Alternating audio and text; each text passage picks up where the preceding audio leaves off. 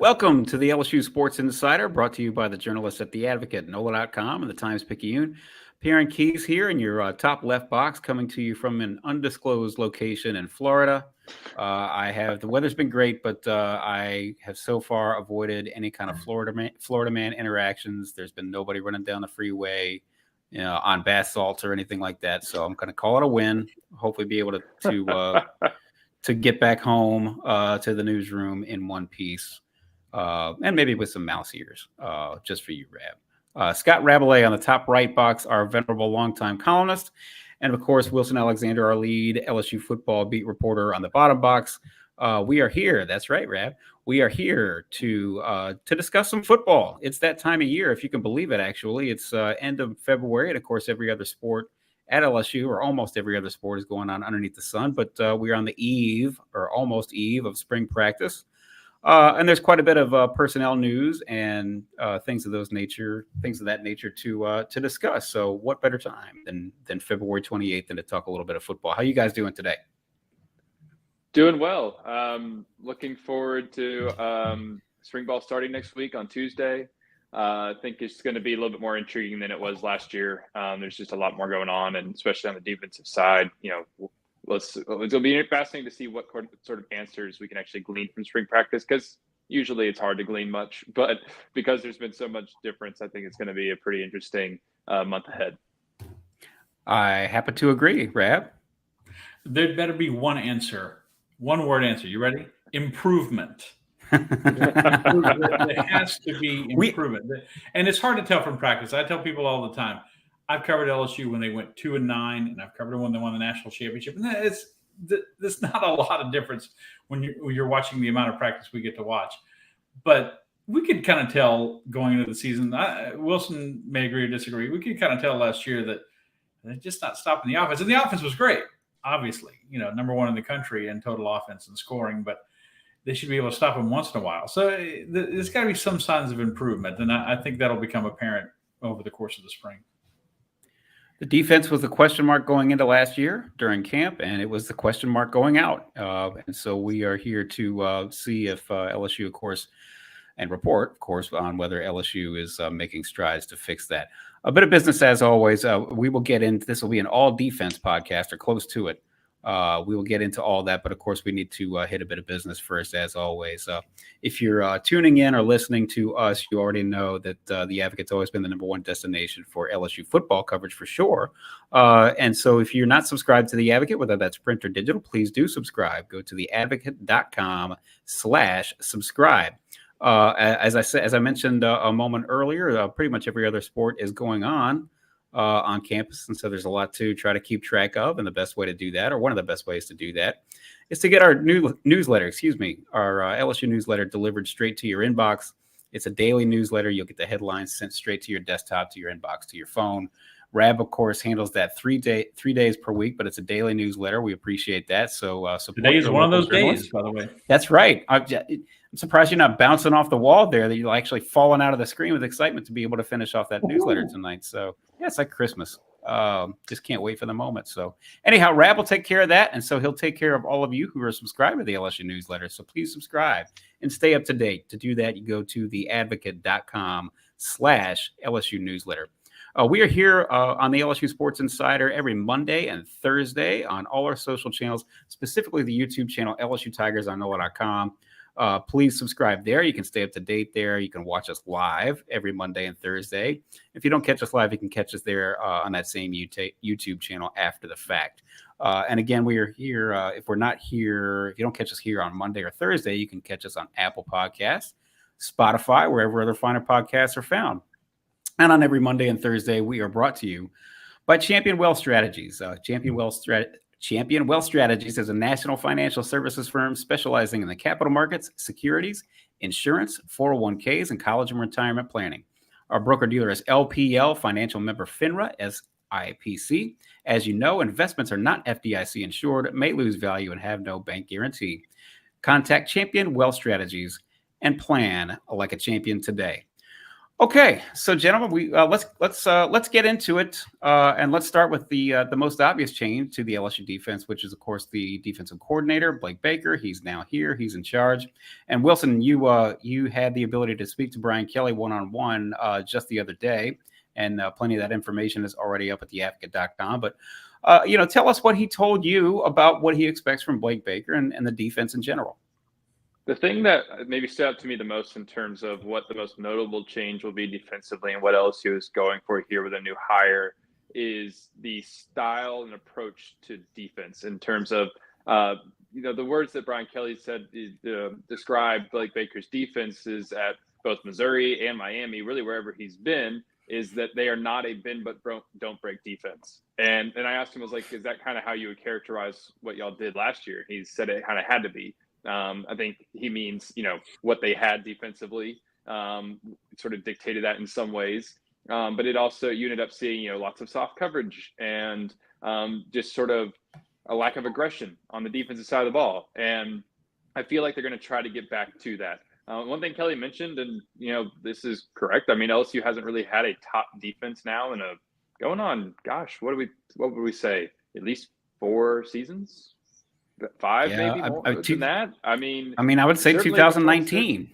Yeah, and so they're trying to, and even that had some flaws in spots, and not to nitpick, but they're trying to really resuscitate. Defense has been down now for probably about 4 years, and so he described Blake Baker as his first choice when they parted ways with Matt House. And one of the things he said about Matt House and the defensive staff as a whole was that leadership is being able to get your players to go from point A to point B.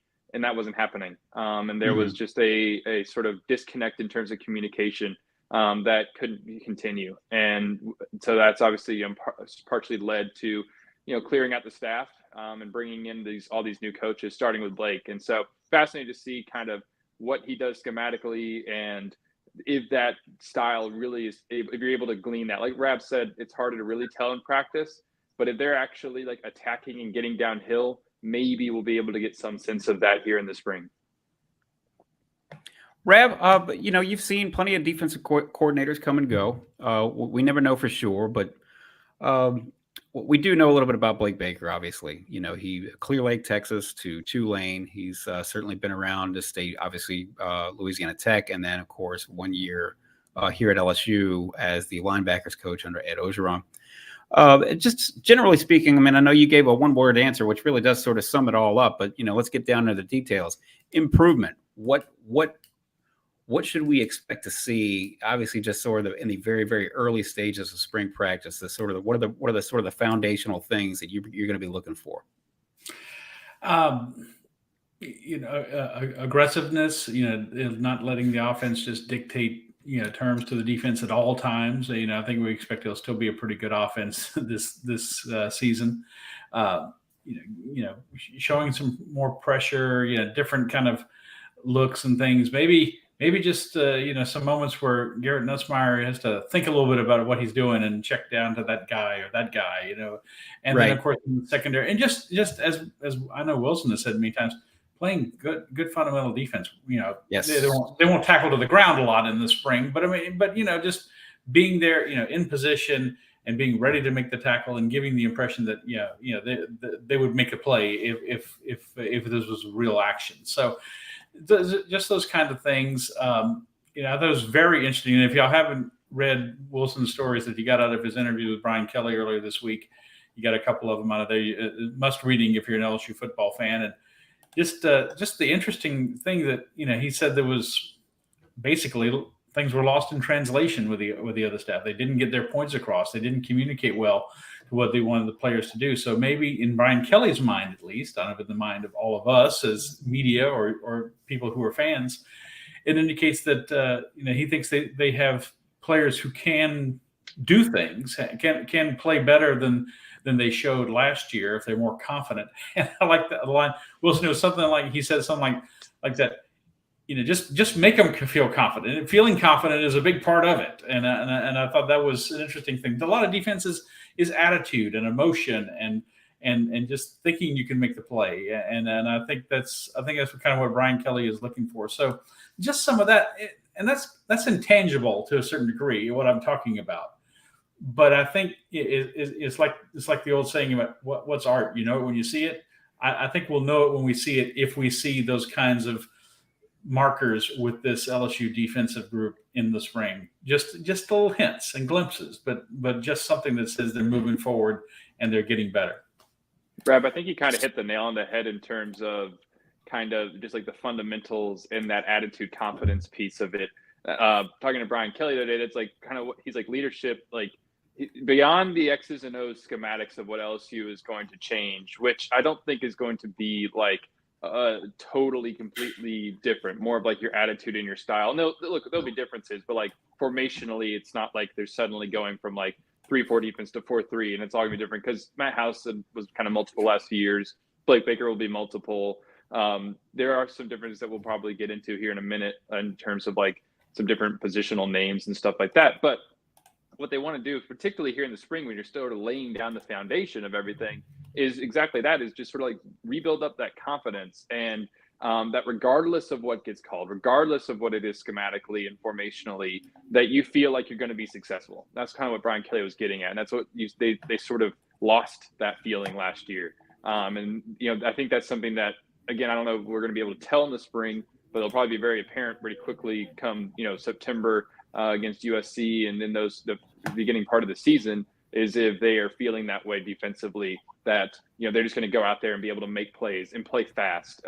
That's kind of what they're trying to achieve from a attitude and a mindset standpoint. Something that just sort of struck me as you guys were talking. This is something that, and I'm genuinely asking your opinion, or asking you to sort of use what is likely a better memory bank than what I've got right now. One of the things you could, what they always say about, if your starting quarterback gets injured and the backup has to come in, or if this is a rookie quarterback or a freshman quarterback, an untested quarterback, one of the things you look for is to see when they get the playoff. In other words, how many seconds are left on the play clock when they snap the ball. If they're down to 0 or down to 1 or 2 or having to take a timeout, well, that's a sign. Okay, this guy, we don't know if he's in command, right? We don't know if he knows what he's doing. It felt to me, and maybe this is my mind and bad memory playing tricks on me, but it felt to me a lot looked like these guys are sort of trying to still figure out what to do after the opposing offense, goes in motion or resets or whatever, it makes a shift or something like that. That it was pretty late before the snap, that they were still trying to sort of get themselves all sorted out. Am I losing it there, or is my memory better than I think it is? Sure. Sorry, I thought Rab might go. It's I don't think that your memory's off on that. I mean, I feel like it's not like they were necessarily for most of the season like completely out of sorts defensively right at the snap necessarily. And like guys like not getting lined up. I feel like there wasn't like hurriedly like trying to tell somebody to move. Like that was such a, I don't know, in my memory of it, it wasn't necessarily like they were always like hurriedly getting lined up and not, but obviously after the snap, like the run fits weren't good and the pursuit angles were bad. And so I guess that probably speaks to that in some degree. And also defensively, because they were so often sort of dropping into soft zone coverages and sort of falling away from the ball, they were always reacting to whatever the offense was doing. They were never dictating the terms of engagement. And maybe that's kind of what you're speaking to. Yeah.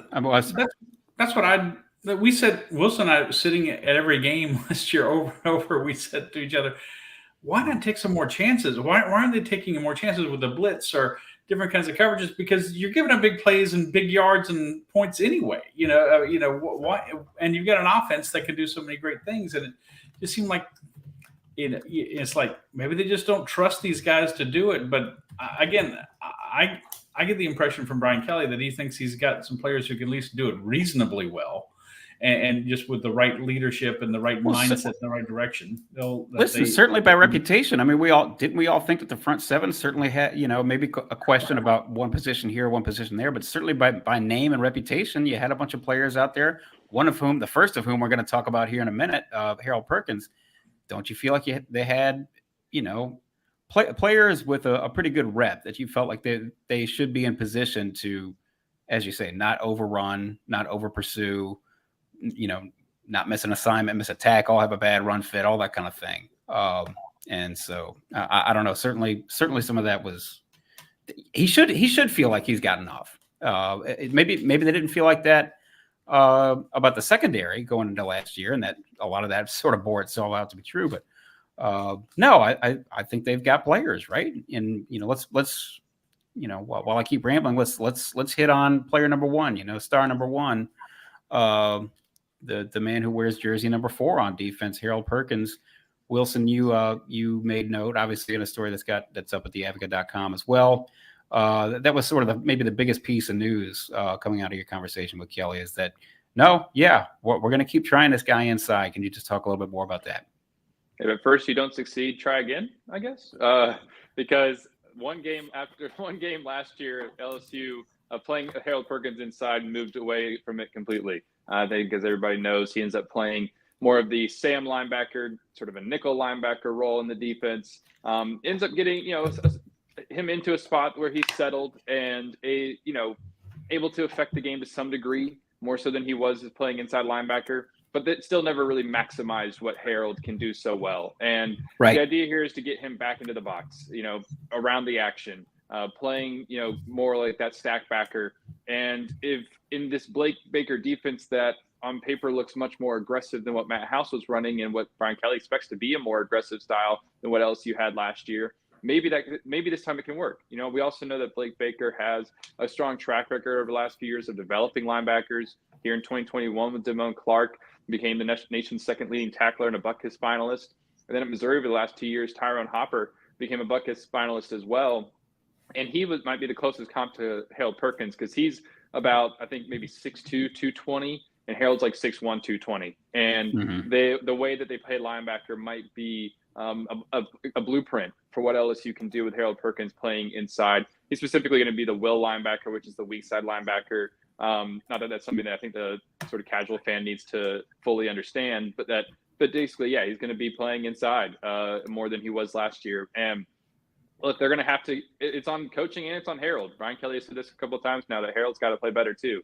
He's got to be able, but the coaching also has to help him get to that point to maximize what he does so well. Let him be aggressive. Go see the ball, get the ball. There's nobody else really better in college football. Just see ball, get ball, and they didn't really let him do that last year. And now he's not going to be doing that as a spy linebacker coming off the edge like he was as a freshman. That role was so simplified. They want him to be able to do more. They see his future as doing more, being kind of this weak side linebacker. And so, they're going to have to be able to coach him into that better. He's going to have to play better. One thing that he's going to really have to improve on, because we know Harold can rush the passer, but is also, as an inside linebacker, being able to absorb run blocks and fit the run. He's going to have to get better in that regard. That's going to be a big thing over the course of the offseason because he was just getting taken out of the play by Florida State's offensive lineman when he was playing inside last year. But one of the other things that you saw in that game, even though it's just the one game sample size, is that he was so often just dropping into coverage if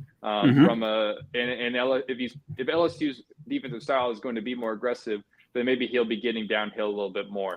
The other element to this that's important to note, and kind of referencing what I said a minute ago about some positional changes in terms of what Blake Baker is going to do defensively, is LSU is now going to have what's called a star position. The star is a kind of a cross between what Harold did last year and a nickel corner. And it's usually played by defensive backs. It's pretty prevalent in football, but it hasn't been something that's been used at LSU for a few years now.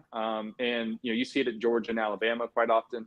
Like the LA Rams, when Jalen Ramsey was there a few years ago, he was playing the star position to kind of give you a reference point of like what kind of players usually in that spot.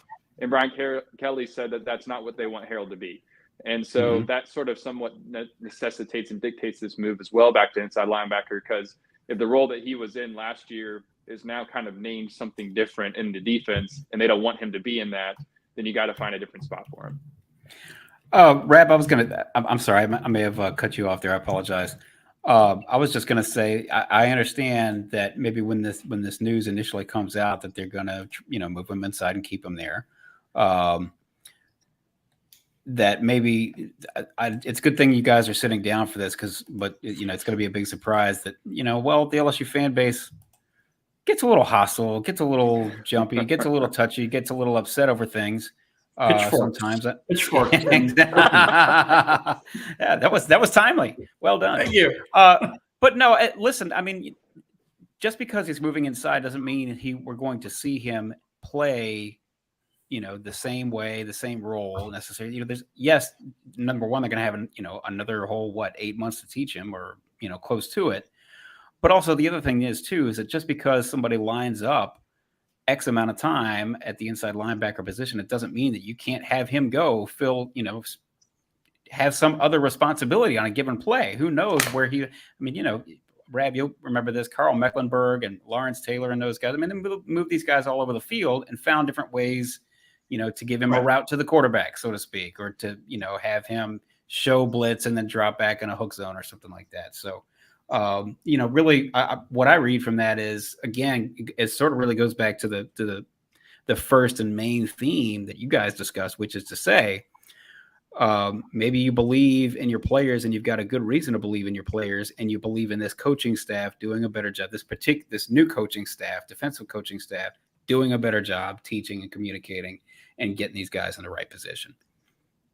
Anything on that, Rab, you want to sort of riff off of?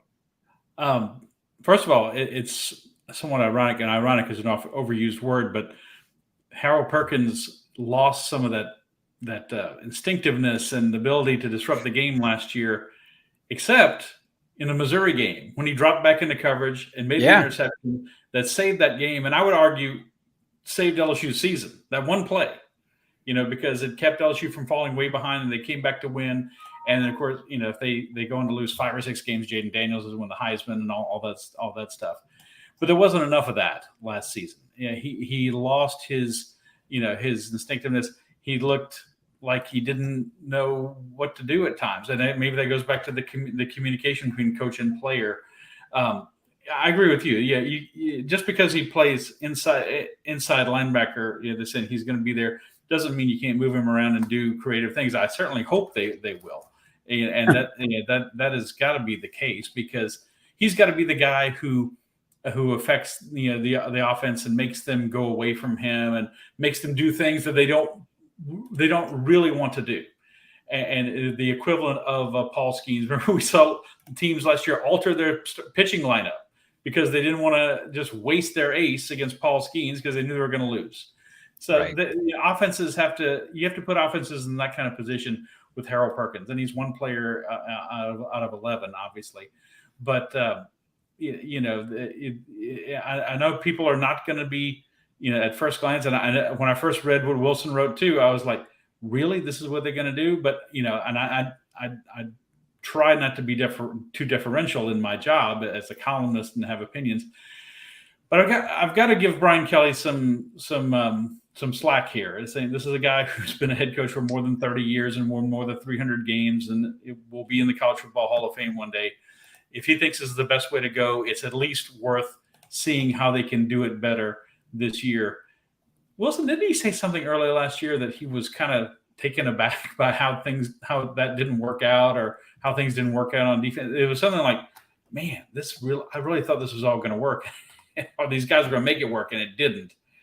I don't remember exactly what I don't remember that exactly. It was just like they didn't get what we were trying to tell them, or something like that. You kind of got an early sign of it. And of course, after the Florida State game, they went away from Harold playing inside linebacker, but he never really got back to doing what he did as a freshman, obviously. And teams were more prepared for him anyway. But it's on the player, it's on the coaches. It's got to be about it. Clearly, Wilson, would you say that this is what Harold Perkins and his team, his family, his people want him to do as far as his future in the NFL? They want him to be playing this position? In terms of, Harold or his camp, we don't know. I mean, we've barely ever gotten to talk to Harold, and the one time that we did, we sort of tried to ask him about this. It was after the Missouri game. He was basically like, I'll play any position. It doesn't matter. But what we do know is that LSU sees this as his long-term future. Brian Kelly has said this back to last year that Harold will be an off-ball linebacker in the NFL, and that came up again in my conversation with him on Monday that Harold Perkins will be this kind of linebacker in the NFL. That's his future. And so they're trying to get him ready for that. It behooves LSU to make this work for him because not just us, obviously other players, future recruits, other coaches can see what an enormous talent he is. He's a rare gem, and they've got to show they can that they can develop him properly. This is a very obviously a watershed decision it seems like to me for this team, for this defense, for Harold, and for the future of the program. Big. Go ahead, Wilson. I'm sorry, you're going to jump in. No, I guess the only thing I would add to this discussion, like y'all were mentioning how, don't expect this to just mean Harold's pigeonholed in in a spot. Like you can do things like y'all were saying with these linebackers. Like this is probably more applicable like first and second down. Like on third down, you're going to bring in sub packages. One of the things Brian Kelly mentioned was third down packages that Blake Baker has. Like they'll probably be a little bit more exotic with what they do on Harold on third down in particular. Like that's a great opportunity for sub package to come in and him to rush the passer. I think this is a little bit more applicable, like I said, to first and second down. And if Blake Baker's defensive style translates here to LSU and continues, then there will probably be other instances where you see him blitzing. And the other thing that we also didn't get into, and I didn't think to ask Brian Kelly this until after the fact, so it's kind of on me, but we'll find out as we go through the spring, is what this means for Whit Weeks. Whit Weeks would be the weak side linebacker if Harold wasn't kind of moving inside, and maybe LSU goes to more of a 3-3-5 and it just has three linebackers on the field with Whit and Greg Penn and Harold, and maybe they just do rotating and everybody gets plenty of snaps. But it is going to be interesting to see because if LSU was to go and try to run like a 4-2-5 as its base defense, and you just had the two inside linebackers on the field, that's most likely Greg Penn and Harold Perkins. And so what does this mean for Whit is something else to keep track of throughout the spring, because that's somebody else now going into his sophomore year who has a lot of promise. And Greg Penn he's such a steady performer. 2 years started now, had 89 tackles last year, I think second on the team in tackles. He's got to be part of that mix. That's going to be very interesting to see, as Wilson said, because Whit Weeks can be that disruptive force as well. As Harold Perkins in that vein. And this also goes back to maybe what we were talking about having confidence in the skill level of the players that you actually have, which is, who knows how this thing is all going to play out, obviously, but Harold Perkins, Whit Weeks, Greg Penn. Don't you feel pretty good about that set of three linebackers right there, and or whoever else may also come down the line and have significant playing time? You do feel good about that group if you're looking at LSU's defense, it's hard to say anything is like an overwhelming strength coming off of last year, but that's your strength is those three linebackers there in the middle. Whose phone's going off? It's mine. I'm sorry. I'm trying to. My daughter's calling, so I got to take care of that. You guys continue on. I'm sorry. Well, Rab, go ahead. Rab, if we're going to take over for Perryn here in terms of hosting for a second, maybe, then let me ask you this: going into the spring, kind of. What are you most interested to see what LSU can do defensively? Like if you could glean, we already kind of touched on this, but like, what are you wanting to see out of this defense, like to get to that signs of improvement? I think we already might have remembered this, but showing they can be, just more fundamentally sound. Like I said, we're not going to see a lot of tackling to the ground, except for maybe in a scrimmage here or there, or maybe, the spring game, but just more, ready to make a play, in position to make a play, and just look more confident in what they're doing. I think, that's now that we know that Brian Kelly thinks that things were kind of lost in translation last year between the former defensive coaching staff and these players. That is the communication better? Are they going to get it more? Defense doesn't have to be really complicated, especially at the college level. It's a lot about attitude and confidence and desire and hitting hard. The other defenses that thought hit harder than LSU because they just maybe weren't sure of their angles or their assignments or whatever. So those are the things, and being more disruptive. To me, really good defense anymore is and with an offense like again we anticipate LSU to be pretty good. You don't have to hold the team to 80% make them punt 80% of the time. A lot of it is being disruptive. It's putting them in a 3rd and long or forcing the turnover. And those are also things that LSU wasn't always. Oh my gosh, third down defense last year was abysmal. Yeah, that's something else LSU has to get figured out is third down defense. LSU was teams converted 44.8% of the time on third down against LSU last year. That was 117th in the country.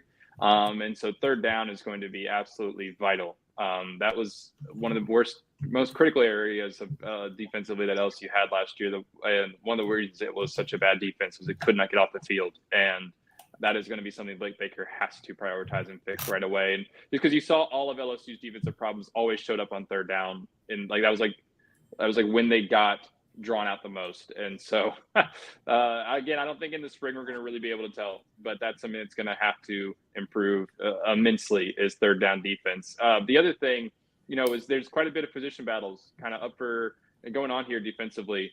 Cornerback, obviously they have a situation at defensive tackle. We haven't talked about it much, but sort of the edge rusher position is we kind of know who's there. That was going to be something I wanted to get into. Yeah, I'm sorry. Go ahead, Wilson. I'm sorry. Well, no, you take it away, Perryn.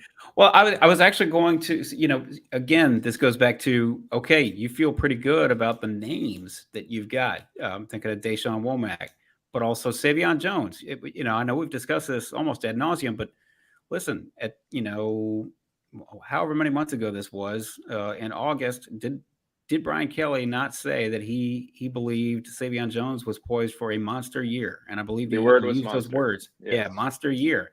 He had finished with 33 tackles, and he had 2 fewer sacks than he did in 2022. He had 2.5 sacks, if I'm reading this right, and my eyes are shot. So yeah, 2.5 sacks last year. And I don't know, this has been, he's one of the guys who was playing a yard off the line of scrimmage. And so maybe that's a technique thing, or certainly some sort of weird coaching, something or other that's not getting through. But also he had more weight. And so was it a question, did that slow down, did that impede his ability, his moves, his pass rush techniques?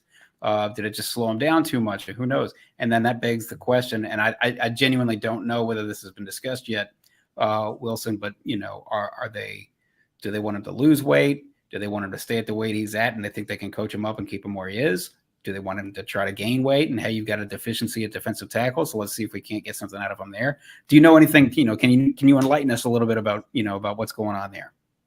Well, probably not to the full degree. That wasn't a question we got to with Brian Kelly on Monday. Right. But we know this much. When you talk about the weight, Savion himself, talking to him early last season, said that was something he was trying to kind of having to learn how to play with. And we don't know, because we didn't get to talk to him really again, if that was something that he continued, like if he ever felt comfortable or not. But obviously from what we saw in him in terms of his production, he never really ended up having the year that anybody predicted. It doesn't seem like he's going to get moved to defensive tackle. Like you said, that suggestion of maybe adding more weight and just changing his position. I don't think that they should do that. I don't see that happening. LSU might end up experimenting with some of these defensive ends, playing, your 5 technique, your 3 technique sort of defensive tackle here in the spring. One name that Brian Kelly mentioned was freshman Ahmad Bro. It was an interesting choice for that because he's like 6'3", 250. You've got guys like Savion Jones, who's 280 pounds, or even Gabe Relaford, who's bigger than Ahmad Bro, another freshman defensive end, or Perryn Keys, who's even played some defensive tackle. That's right. Who might make a little bit more sense for that. And so maybe we'll see some of it. This is the time of year when it's worth experimenting with it somewhat. But the name that Kelly threw out there was Ahmad Bro. So I don't necessarily see them doing that with Savion. But he does either need to, under some new coaching here with Kevin Peoples as the sort of the defensive ends and edge rushers coach, really be able to improve upon his pass rush technique at this higher weight, and be able to kind of get strong in that position. We could also end up seeing a situation where Perryn Keys gets more playing time. He played really pretty well last year. It certainly he came on certainly. Role. Yeah, he came on certainly toward the end of the year. I'm sorry. Go ahead.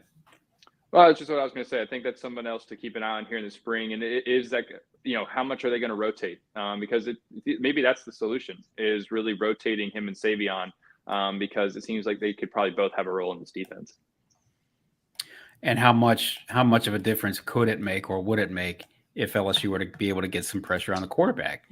How many times, you guys, obviously you mentioned third down, which incidentally, and I swear I'm not trying to pick on Savion Jones. Savion Jones's numbers went down from one year to the next. And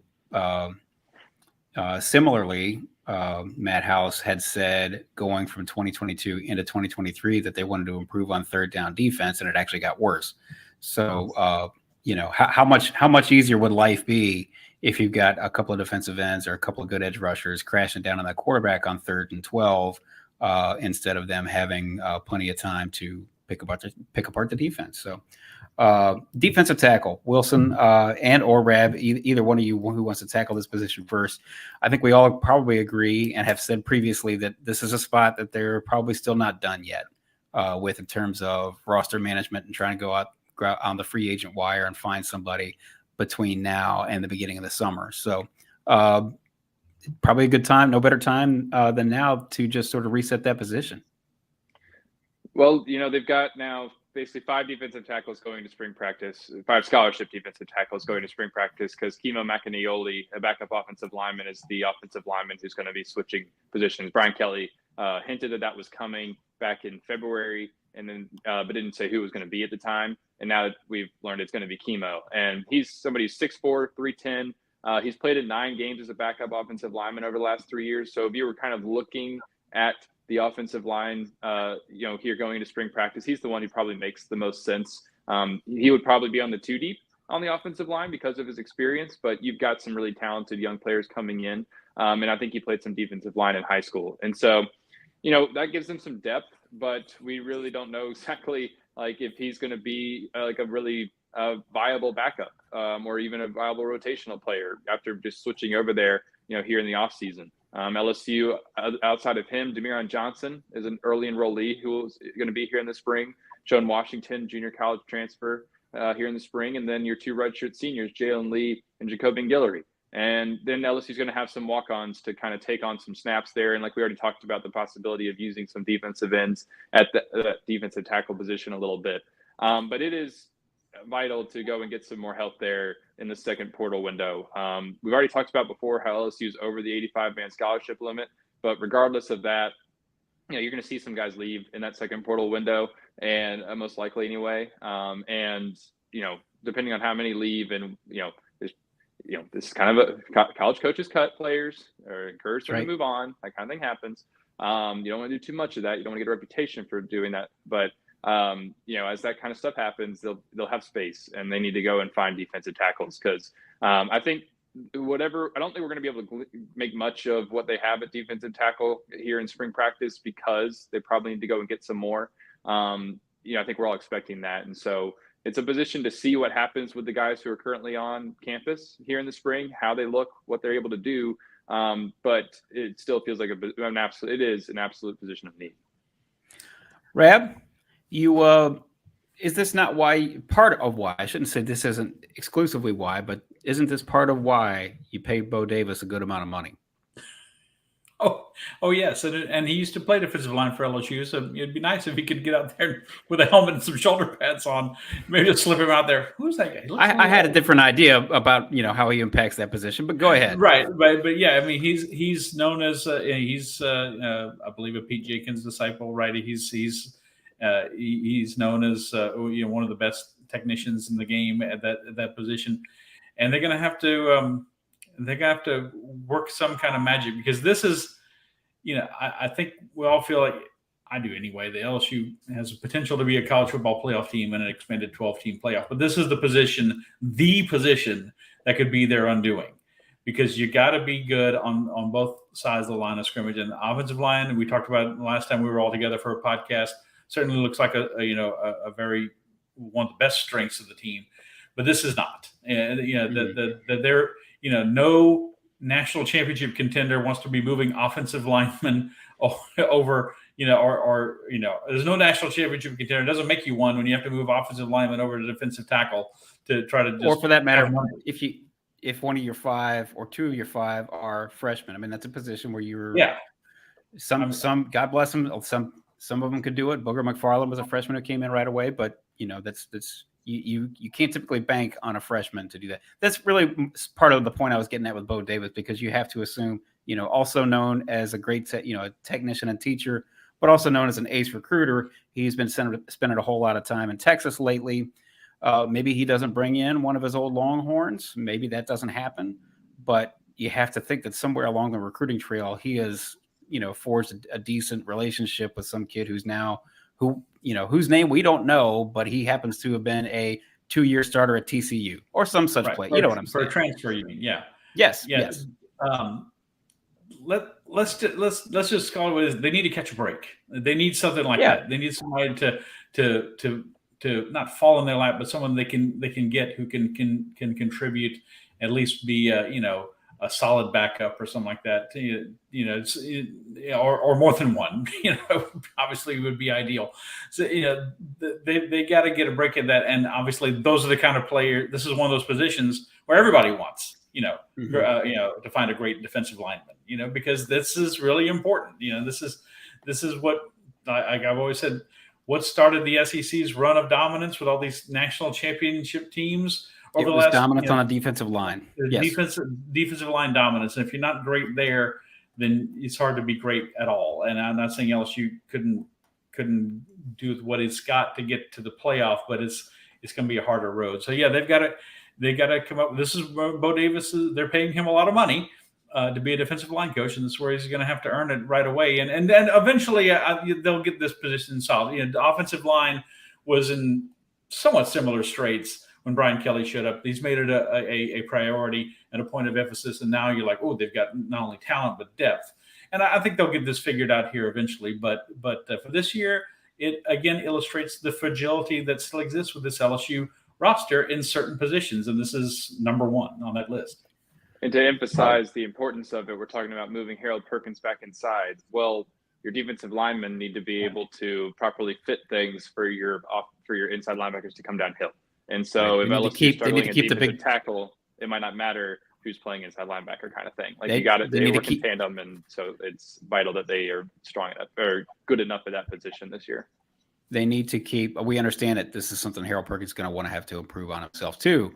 But those defensive tackles and defensive linemen need to keep the other guys, big guys, the offensive linemen, off of Harold Perkins. They need for Harold Perkins to be running around freely, not having to take on a pulling guard or whatever it is. So elsewhere, we haven't yet discussed the secondary, and what I figured would be a good place to start was a little bit of bad news, good news. Piece of information from Brian Kelly as it related to Zy Alexander. Not available just yet, but we now know that LSU believes he will be back eventually. Is that correct? Yeah, he's expected to be full go for summer workouts, which is huge. And then, if barring any setbacks, be able to participate come preseason camp, which puts him on track to be available during the season. And preseason camp would only be 8 months post surgery on an ACL. Which has become more common, these days. But it's certainly still, you can't afford any setbacks for him to be ready for preseason camp. Now, people maybe dogged Zy Alexander somewhat last year, sometimes rightfully so. He wasn't perfect. He would have been a good number 2 corner on a much better defense. Instead, he was asked to be the number 1 corner on a bad defense, really last year. But that's a guy who started 8 straight games before he got injured, and probably would have just started out the rest of the season as well. And so clearly someone who, at least last year, LSU, trusted out there on the outside. And I think there were signs that he was getting, a little bit better throughout the season. And so that's a great piece of news that he will expect to be available come preseason camp. In the meantime, LSU is, and once he's healthy, he's going to be a factor in this competition. In the meantime, you're going to get eyes on everybody else who's there at corner. We know LSU's got numbers and some bodies there. And here in the spring, I think a few guys to really keep an eye on are, Jair Brown, Ohio State transfer cornerback, J.K. Johnson, the other Ohio State transfer cornerback who missed all of last season. We saw him somewhat in the spring last year. When at the time he got hurt, he was not a first-team guy. Obviously, as the season played out, he would have gotten a chance at some point. But now you get to see him that he's healthy. And then, there's certainly some other ones, but another name that kind of jumps out, just someone who we've heard some good buzz about, from winter workouts, is a freshman early enrollee, PJ Woodland. He's the only freshman corner who enrolled early, and that's going to be someone else to keep an eye on here. but this is a wide open cornerback competition going into the spring. We also got, Ashton Stamps coming back as a now sophomore, and Jaden Toviano coming back as a sophomore, and Sage Ryan coming back after starting a bunch last year. And Sage and Javian are guys who maybe could play a different kind of position, could play nickel, could maybe even play that sort of star. I think Javian would be an excellent person to play that star position, or even move back up to safety. But we'll just kind of have to see how that all plays out as we get into, further down into the spring. It's going to be, I think, of all the position battles on LSU's roster, I mean, this is the one that's most unsettled, is cornerback. I agree. There's nobody with a lead on that at the moment. The good news is, so that's good. At least I'm sorry. Say again, Reb. There are players to choose from. There's right. They've collected cornerbacks or potential cornerbacks and nickelbacks. There's guys to choose from, unlike defensive tackle. And most of them were on the team last year. Yeah. I'm sorry. Say again, Wilson. Sage Ryan. Most of them were on the team last year. You weren't going into the transfer portal like you did the last 2 years. Correct. That's correct.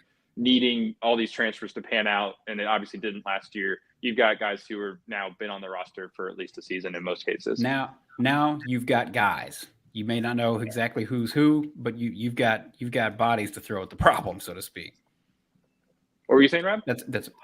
Yeah, sorry, we were talking over each other earlier. We were talking about, what are the things you're looking for, who you're looking for. That Sage Ryan is a player. I'm fascinated to see whether they find a place for him or not. But I mean, this is a guy. I believe he was a 5-star. Certainly people were excited when they got him to commit and come to LSU and coming out of Lafayette. And there's a talent. This is the kind of player. To me, it's like Brian Kelly's talking about communicating, getting them to understand, getting them to understand the concepts and play with confidence. This is a guy, because they asked him to do a lot last year, and he tried. It just wasn't always with a lot of success, and I think sometimes he had to be the poster child for the lack of success LSU had in pass defense. But there's ability there. Can they get it out of him? And if so, then maybe you've got one of those positions figured out, and can be a positive instead of someone who you're like, oh, he's part of the problem. So Wilson, where do we stand at safety? At safety, Major Burns has come back. So going into spring, he would be expected to be a starter.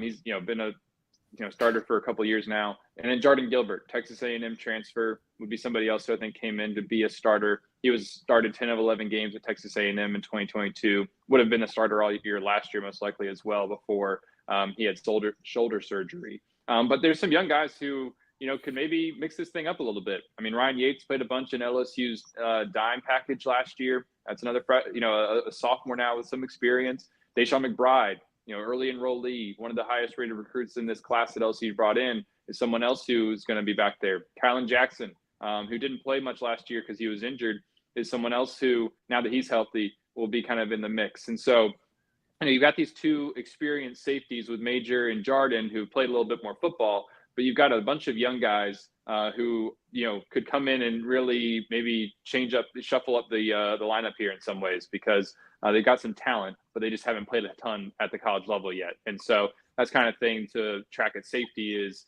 it just going to, from start to finish, wire to wire, Jordan Gilbert and Major Burns, that's it? Or are these young guys going to be able to come in and do something to get themselves on the field? So we're probably running up against the clock a little bit here, but I did want to ask, and Rab, of course, you've had plenty of experience. You've sat out watching plenty of spring practice, and just sort of been through those seasons themselves. And of course, the same with you as Wilson as the beat reporter. Just generally speaking, what is reasonable to expect in terms of how much the LSU defensive staff can install, how much they can teach, how it's not going to be anywhere near a finished product by the time they're done with spring. But the question is, how much can they accomplish? How much farther down the road can they get from where they are, which is basically ground zero right now, aside from meetings?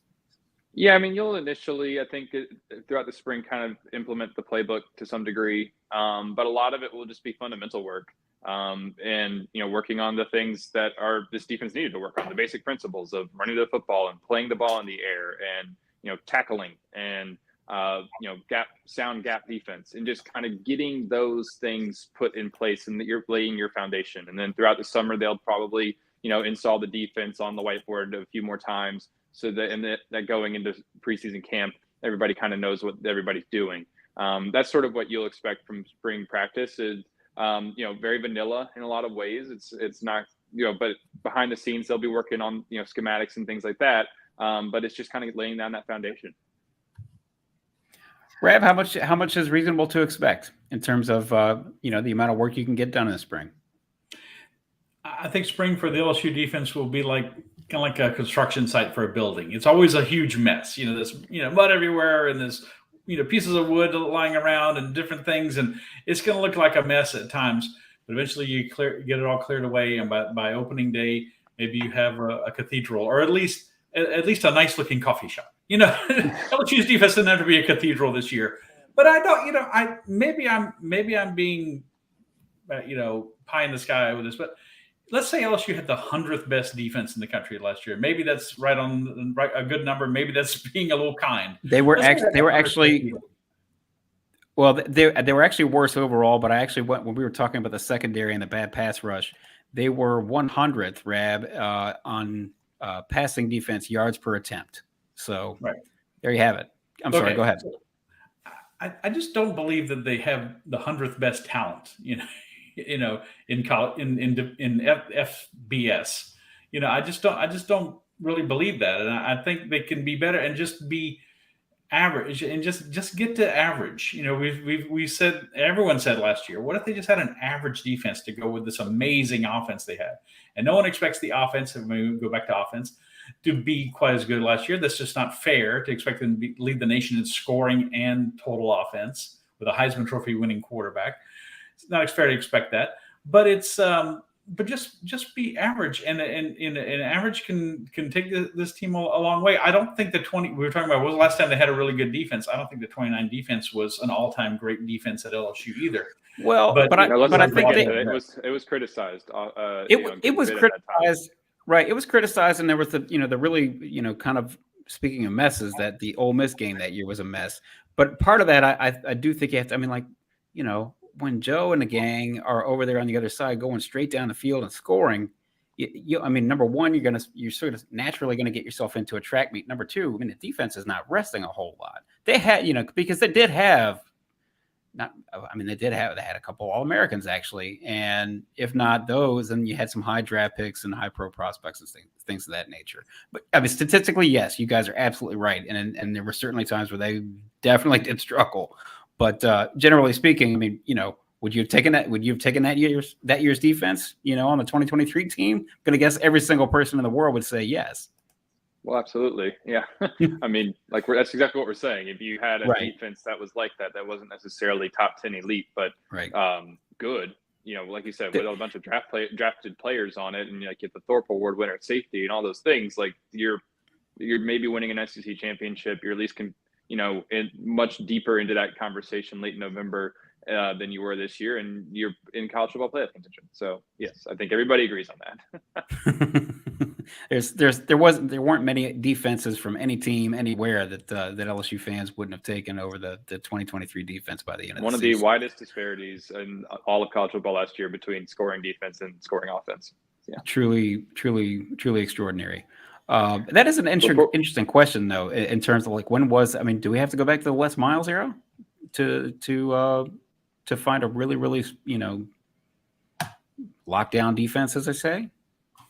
Yeah, it's tough because modern college football, it's maybe a little bit more difficult, but there's also a cyclical nature to football, in that I think we've seen this on the NFL level a little bit more borne out than maybe on college. That the defenses have sort of adjusted to what modern offenses have done to some degree. And so I think you would probably have to go back to that. But at the same time, I think defenses are maybe learning how to catch up in some ways. And so LSU needs to kind of get back onto the forefront of that and be able to, are you going to see 5 points, 8 points allowed per game kind of thing like you did in 2011? Most likely not. But you can at least try to get back to a point where you're allowing 17 to 20 points per game. I think that's a very reasonable expectation for what LSU needs to be defensively in these, 2024 and on. Maybe not in 2024, but I mean, like in this day and age in college football. Sure. Yeah. Rab, Baker I'll give it. Missouri. That's what they did last year, right? They were 25th in the country, allowing just over 20 points a game. I think LSU fans would be ecstatic to have a defense. And they made the numbers. Cotton Bowl. So well, hey, exactly. Rab, I'm going to nail you to the wall here. On February 28th, I'm going to make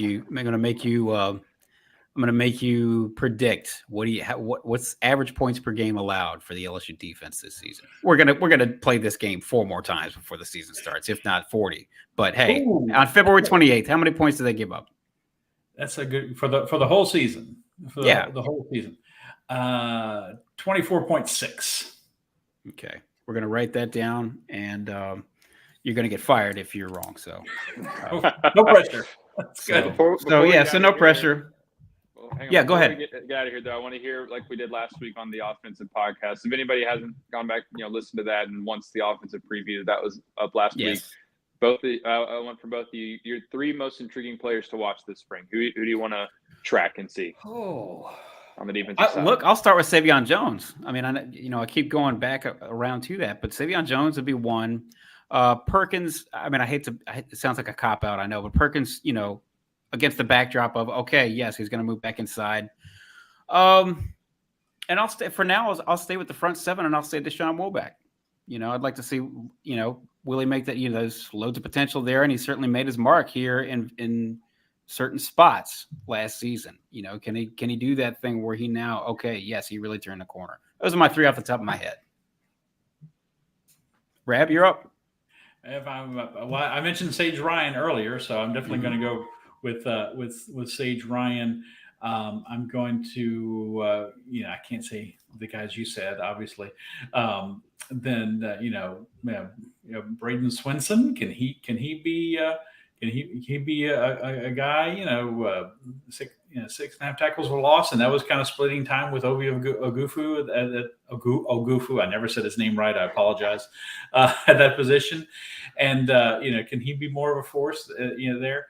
And then Jacobian Guillory, he's got the experience. He's got the size and everything. It can the body. Can he be a guy who, like Wilson says, keeps the interior lineman off of Harold Perkins and let him make plays this year? So I'll go with those guys: Guillory and Swinson, and of course Sage Ryan. I like all of those selections for various different reasons, and mine would probably be similar. Just to add to that, Jordan Gilbert, this transfer safety from Texas A&M, is he someone who can come in and really, make a difference right away? Deshaun Womack was one of my other ones, former 5-star, edge rusher type. What is he going to do here in year 2? Can he really start to actually have real playing time?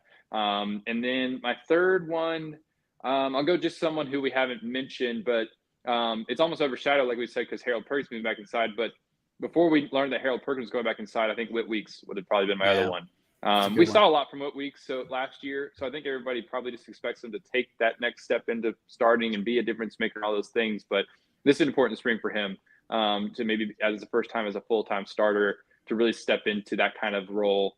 But I like all the ones that you all said. Some of the ones in particular, I think Swinson's really fascinating as well. And we didn't even touch on him, but like J.K. Johnson would be probably another one at corner. But there's so many corners, so it's just like all the corners. Right. As well. So we don't. There's not just one of them to pick that you could say, okay, he's one of the 3 people who. The other one more before we get out of here. There's because you meant what are you 2 gentlemen? Well, both you 2 gentlemen might have mentioned it, but Paris Shand, I think, given how he sort of came on toward the end of last year, I think that might be interesting too, especially if they do, get themselves in a pinch and say, oh, we're going to have somebody play emergency defensive tackle in addition to trying to rush the pass rusher. So, or rush the quarterback. I think what is obvious from our variety of answers, though, is that it's at every single level of the defense that there's intrigue. 100%. Very few answers. And we're, like you said, this is the whole offseason is just going to be fascinating to see what we can learn about this defense and how it unfolds, because there are no sure things at really any spot. But there are plenty of potential plenty of potential answers. We just don't know what they're going to be and where they're going to be. So, look, gentlemen, this was This was an odd episode, not through any fault of you guys. I'm here in Florida, and there's jackhammering going on outside my hotel room, and it's been driving me nuts. And then my daughter calls in the middle of it. But look, LSU football. We gave you a good strong hour of LSU football talk on February 28th. I hope all our readers and viewers will be thankful for that, because this is never a bad time to talk about football. So, gentlemen, we certainly appreciate you taking out some time, taking out an hour. We need to remind everybody that, of course, we're here on Monday and Thursday, every Monday and Thursday on Apple Podcasts, Spotify, wherever the finer podcasts are found. We are here more importantly, we are here live on YouTube, on our YouTube channel, LSU Tigers on NOLA.com. You can catch us there live. If you don't catch us there live, you can catch us after the fact. We've talked about football for an hour, so there's going to be more of this coming every Monday and Thursday, thanks to Champion Wealth Strategies. To learn more about Champion Wealth Strategies, please go to Champion Wealth Strategies and plan like a champion today. Sign up for our newsletter. That's at theadvocate.com/LSU newsletter. And of course, subscribe to The Advocate. It's the number one destination for LSU football, and it always has been. Go to theadvocate.com to subscribe there. Gentlemen, I appreciate you all hanging out with me here for an hour. I'm not going to bring back any bath salts, but if there's anything from Florida you guys want, I'll be happy to do so. Disney shortbread cookies. Oh, that's a tall order. I don't know. You'll have to be good. No, we're gonna have to find out. I'll come back next year and bring them back for you if your prediction on the points allowed was correct. I think that's fair. Gentlemen, it's been a pleasure. We appreciate it. For Scott Rabalais and for Wilson Alexander, I'm Perryn Keys. This has been the LSU